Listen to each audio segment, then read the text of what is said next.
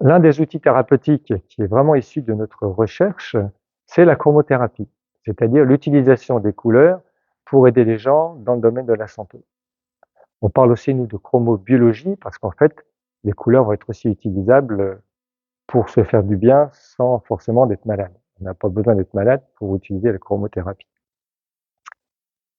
Et la chromothérapie s'appuie sur le fait que l'être humain est construit sur la lumière. On peut considérer que notre corps physique est de la lumière condensée, et moi je dis à partir du corps vibratoire, ce que les Indiens appellent l'aura.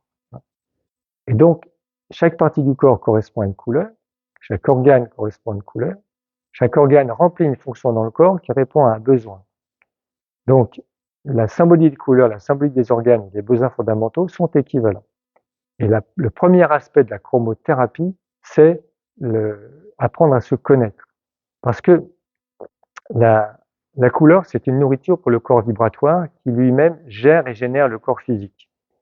Et donc, comme toute nourriture physique, quand on est bien centré, une nourriture qu'on aime bien nous fait du bien et correspond à un besoin, une nourriture qu'on n'aime pas correspond à trop plein, une blessure, en tout cas quelque chose qui ne nous correspond pas, c'est pareil pour la couleur. Une couleur que l'on aime bien correspond à un besoin, une couleur que l'on n'aime pas correspond à trop plein, une blessure ou un blocage.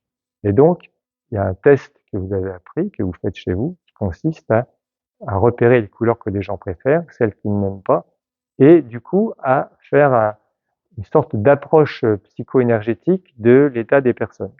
Par exemple, quelqu'un aime le rouge, souvent ça veut dire qu'il a besoin des énergies maternelles, donc il a besoin d'être sécurisé, d'être materné, ou il a besoin d'énergie pour s'occuper des autres. Quelqu'un qui n'aime pas le rouge, c'est quelqu'un qui va en avoir marre de trop s'occuper des autres, ou qui va en avoir marre que quelqu'un s'occupe trop de lui. Ce qui peut arriver avec un parent ou avec un proche, un conjoint par exemple. C'est comme ça pour toutes les couleurs. Et on travaille sur 12 couleurs.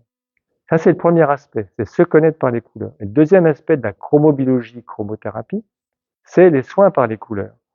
Je disais tout à l'heure que le corps physique de la lumière condensée à partir du corps vibratoire, si je veux résumer, vraiment en résumant très vite, pour moi, nous sommes une parcelle de la conscience universelle qui prend corps pour expérimenter l'amour dans la matière.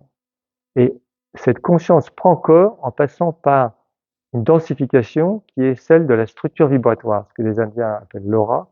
Et c'est à partir de cette structure vibratoire, grâce à la lumière et donc aux couleurs, les couleurs c'est la lumière, que le corps physique va se densifier. Et donc c'est ce corps vibratoire qui génère et qui gère le corps physique.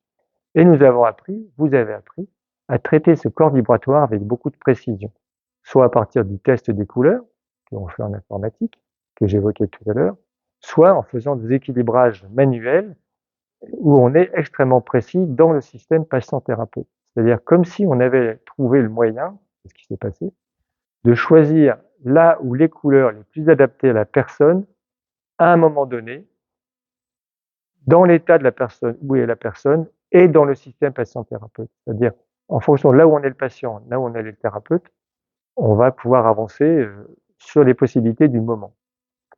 Et ça, vous avez très bien appris à le faire. Mis en synergie avec les autres techniques thérapeutiques, on a des résultats qui sont tout à fait surprenants.